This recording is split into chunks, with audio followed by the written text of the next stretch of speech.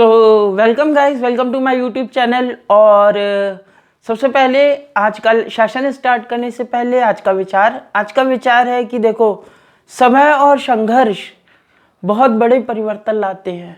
समय और संघर्ष बहुत बड़े परिवर्तन लाते हैं। यह परिवर्तन काम में भी हो सकता है या आपकी पर्सनालिटी पे भी। सो इसी विचार के साथ और पॉजिटिविटी के साथ आगे बढ़ते हैं अपने सेशन में और सीखते हैं कुछ नया। तो आज नया क्या होना है, देखिए अभी तक अपने इंडिफरेंस कर्व के बारे में पढ़ा, तो इसी क्रम में आगे बढ़ते हुए एक कॉन्सेप्ट आता है जो कई बार पूछ लेता है एग्जाम में, कंज्यूमर बजट।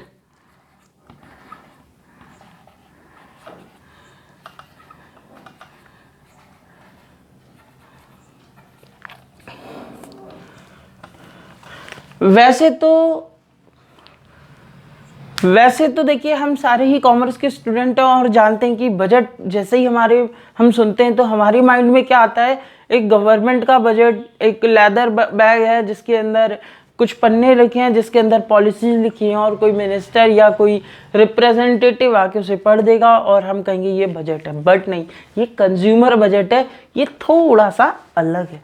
यहाँ बात कंज्यूमर की हो रही है, बात जब समष्टि अर्थशास्त्र की हो रही है, बात जब माइक्रो इकोनॉमिक्स की हो रही है, तो कंज्यूमर कौन है? आप है। मनोवैज्ञानिक तौर पे अगर आप विषय को पढ़ रहे हैं और मनोवैज्ञानिकता से जोड़ कर देखेंगे तो बच्चों, एक तो ये सब्जेक्ट भी समझ में आएगा और बेहतर होगा आपका व्यक्तित्व, आपके डिसीजन। सो बजट बेसिकली है क्या चीज? ये आपकी आय को प्रस्तुत करता है। ये दिखाता है कि आप किसी दो पर्टिकुलर प्रोडक्ट के बीच में कितना पैसा खर्च करने के लिए तैयार है, और जितना तैयार है उसी के अकॉर्डिंग बजट है। अब बजट है क्या चीज, समझिए। सबसे पहले आते हैं बजट टेबल पे।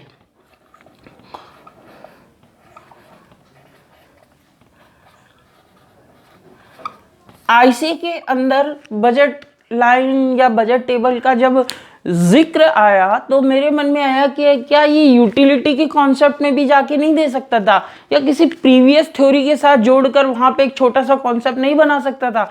ऐसा क्या हुआ कि ये आईसी के चैप्टर में आया या आईसी के साथ मर्ज हो गया?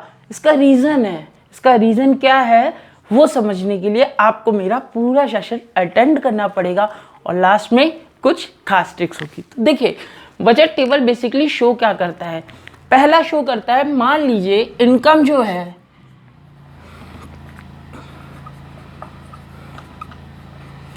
किसी पर्सन की इनकम 60 रुपीज है बच्चों, 60 रुपीज, 60 रुपए कमा रहा है कोई एक टाइम पे, ठीक है। दो गुड है, इसे हम लोग गुड वाई लिख लेते हैं, इसे गुड एक्स मान लेंगे। इसकी प्राइस मान लीजिए 2 रुपया है और इसकी प्राइस या कीमत मान लीजिए 1 रुपया है। ऐसा क्यों मान लिया जाता है? क्या प्राइस का नेग्लिजेंस है, क्या बजट का नेग्लिजेंस है, उसको समझने की ज़रूरत है। यहाँ पर प्राइस इसलिए देखा जाता है क्योंकि जब यह निर्णय लिया जाए कि क्वांटिटी कितनी हो तो जानने की ज़रूरत यह है कि कितने दाम में सामान आएगा, क्योंकि दाम से ही तो पता चलेगा कितना हम खरीद पाएंगे। तो समझिए, अब गुड वाई है, गुड एक्स है और हमें हमारे इनकम है 60 रुपया, प्राइस है 2। तो देखिए, एग्जाम्पल्स को समझिए, वो कह क्या रहा है। 60 रुपया है, अगर 60 रुपए में वो ये 2 सामान खरीदना चाहता है तो किस क्वांटिटी तक खरीदेगा? अगर मान लीजिए वो केवल गुड एक्स को ही चुन रहा हो गुड एक्स को ही, क्योंकि गुड एक्स सस्ता भी था गुड वाई से, तो होगा क्या? इसका कुछ नहीं खरीदेगा, इसका 60 खरीद लेगा। सिंपल है। फिर उसने देखा कि जब उसके पास कुछ गुड एक्स आ गया तो उसने देखा कि यूटिलिटी कम हो गई, यानी प्राप्त करने की इच्छा घट गई। जब प्राप्त करने की इच्छा ही घट गई तो क्यों ना थोड़ा पैसा अगले पे इन्वेस्ट कर दें। तो उसने क्या किया, इसका 10 खरीद लिया। अब जैसे ही इसने 10 खरीदा होगा तो 60 में से 10 यूनिट खरीदा होगा, 60 रुपए में 10 यूनिट खरीदा होगा, लेकिन पैसा कितना दिया होगा, 2 रुपए के हिसाब से 10 क्वांटिटी का बैठता है 20 रुपया। 20 रुपए में उसने 10 लिया होगा और 40 यूनिट इसका लेगा, क्योंकि अब उसके पास 40 ही बचेगा। आगे बढ़ेगा वो फिर यहाँ देखेगा कि संतुष्टि का एक स्तर है, लेकिन क्या और ऑप्शन है। तो जब वो आगे बढ़ेगा तो इसको कर देगा 30 और इसको कर देगा 20। अब वो ऐसा क्यों करेगा। अब वो इसको 20 और इसको 20 कर रहा है। ऐसा क्या हो गया, देखो 2 रुपए के हिसाब से 20 का बैठता है 40 रुपया, 20 यूनिट का बैठता है 40 रुपया। 40 रुपया जब इस पे खर्च करेगा तो 60 में से 40 गया, 20 रुपया बचा, यानी उसके पास हाथ में सिर्फ 20 रुपया बचा। तो गुड एक्स कितना ले पाया, 20 रुपए का ही ले पाया। और जब इसका 30 ले लेगा तो इसका कुछ नहीं ले पाएगा। लेकिन अब यहां समझने की बात यह है कि जब आप अपनी खुद की बजट लाइन बना रहे हैं तो आप भी इस तरह से एक अपना बजट प्लान कर सकते हैं।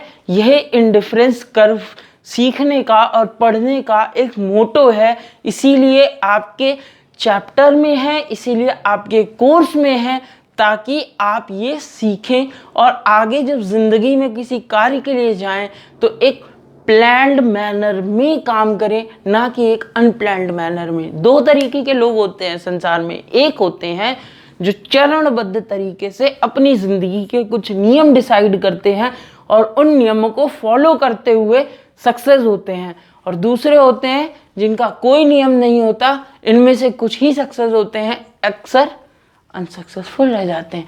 तो चरणबद्ध तरीके से नियम को समझना जरूरी है, पर रटना जरूरी नहीं है, समझना जरूरी है। तो ये था बजट टेबल। कई बार जब आपसे क्वेश्चन पूछेगा कि कंज्यूमर बजट क्या है या कंज्यूमर बजट लाइन क्या है, तो आप कह सकते हैं एक निश्चित आय को 2 वस्तुओं के समांत की सीमित प्राइस पे, यानी उसका प्राइस स्टैटिक है, समान है, के बीच में ऐसे बंटवारा किया जाए कि संतुष्टि बढ़ जाए, और उन्हीं सब आयामों को प्रकट करने वाली रेखा होती है, उन्हीं सब आयामों को प्रकट करने वाला टेबल होता है कंज्यूमर बजट या उपभोक्ता बजट। अब इसी को जब डायग्राम में रिप्रेजेंट करेंगे, जब हम डायग्राम में रिप्रेजेंट करेंगे तो कैसे करेंगे पहले सीखते हैं, ये बहुत जरूरी है।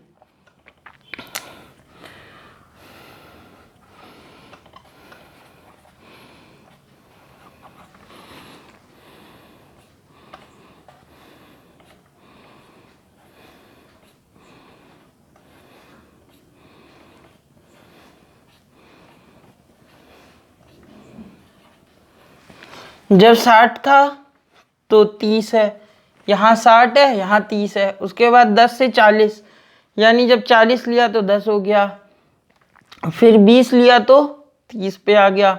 तो बजट लाइन कुछ इस तरह से हो जाएगी। थोड़ा सा आड़ा टेढ़ा बन गया मेरे से।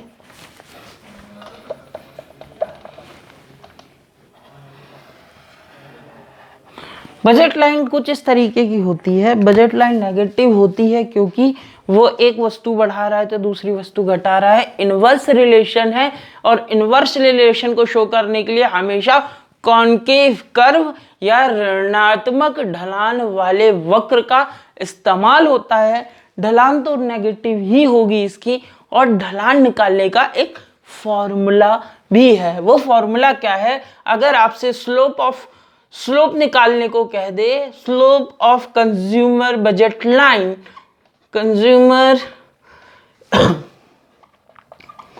बजट लाइन अब एक चीज और जरूरी है यहाँ पे, ये रेखा है क्या चीज, इसको कहते हैं कंज्यूमर बजट लाइन।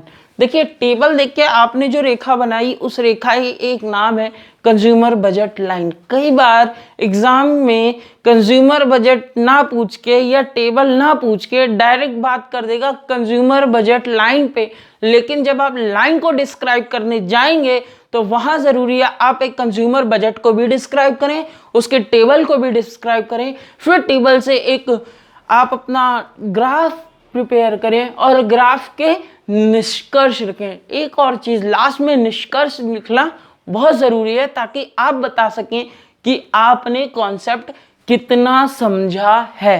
तो अब समझिए, अगर हमें इसका स्लोप निकालना है तो फॉर्मूला है delta Y upon delta X. देखिए फॉर्मूला मतलब कोई मैथमेटिक्स से नहीं है, यहाँ पे जो फॉर्मूले हैं आप खुद से बना सकते हैं, सिर्फ आपके काम को आसान करने के लिए इस्तेमाल हुए हैं, जो कि समझने की जरूरत है।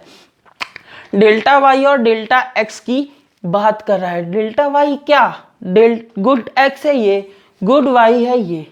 गुड वाई में कितना परिवर्तन होता है, मान लीजिए अगर हम पहला ही ले लें तो देखिए पहले में कितना परिवर्तन हुआ, 10 का हुआ और यहाँ 20 का हुआ, है ना, यहाँ 10 का हुआ, यहाँ 20 का हुआ। हमेशा जो सस्ता गुड होता है वो ऊपर आता है ना। तो जब फॉर्मूला लगेगा तो y में कितना परिवर्तन हो रहा है, 10 का परिवर्तन हो रहा है और x में हो रहा है 2 को, कुछ इस तरह आ जाएगा ये। इसको आप इस तरह लिखिए, जो चीज़ सस्ती है उसको ऊपर लिखेंगे और जो चीज़ महंगी है वो नीचे आएगी। ऐसा क्यों होगा, क्योंकि जब स्लोप डिफाइन करेंगे तो सस्ता गुड हमने पहले खरीदा होगा। तो बेसिकली होगा क्या, डेल्टा एक्स का आ जाएगा 20, डेल्टा वाई का आ जाएगा 10 इज इक्वल टू 2। और हाँ सबसे इम्पॉर्टेंट बात, कंज्यूमर बजट लाइन के आगे ऋणात्मक सिंबल लगाना चाहिए। ऐसा इसलिए है, ऐसा मैं क्यों कह रहा हूँ, क्योंकि बुक्स में नहीं दिया होता, बट ये ज़रूरी है। इसको आप जब लिखेंगे आप सिर्फ 2 लिखेंगे और नीचे कॉशन लिखेंगे। बजट लाइन ऋणात्मक इसलिए लिखनी जानी चाहिए क्योंकि जब एक क्वांटिटी बढ़ रही है तो दूसरी घट रही है, यानी मार्जिनल रेट ऑफ सब्स्टिट्यूशन को डिफाइन कर रही है, जो हमने पहले पढ़ा है। तो ये था पूरा कंज्यूमर बजट के ऊपर। अब एक और सवाल यहाँ पे पूछ लेता है कई बार, मान लीजिए for an example let suppose आपकी इनकम बढ़ गई या आपने अपना बजट बढ़ा दिया। बेसिकली 2 गुट पे जो आप खर्चा करते थे उसका बजट आपने बढ़ा दिया। तो अब क्या होगा, अब होगा क्या, एक कर्व और बन जाएगी इसके आगे जो कुछ इस तरह की होगी और ये आगे की तरफ खिसक जाएगी। ऐसा होगा तो जब इनकम बढ़ जाएगी तो बजट लाइन आगे शिफ्ट हो जाएगी और बढ़ी हुई बजट लाइन क्या शो करेगी, सेटिस्फैक्शन का बढ़ा हुआ लेवल। और अगर इनकम घट गई तो पीछे आ जाएगी जो क्या दिखाएगी, सेटिस्फैक्शन का लेवल घट गया है या संतुष्टि का स्तर घट गया है।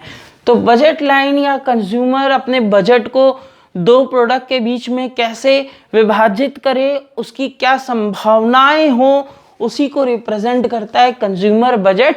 और मेरे समझ से आईसी वक्र भी वही चीज रिप्रेजेंट करता है, बस नाम अलग अलग हैं। बट इस कॉन्सेप्ट को समझना इसलिए ज़रूरी है क्योंकि घुमाने के लिए एग्जाम में किया क्या जाता है, आईसी ना पूछ के कंज्यूमर बजट या कंज्यूमर बजट लाइन पूछ लिया जाता है और हम उस टाइम पे ये सोचते हैं कि ये कौन से चैप्टर से आया था।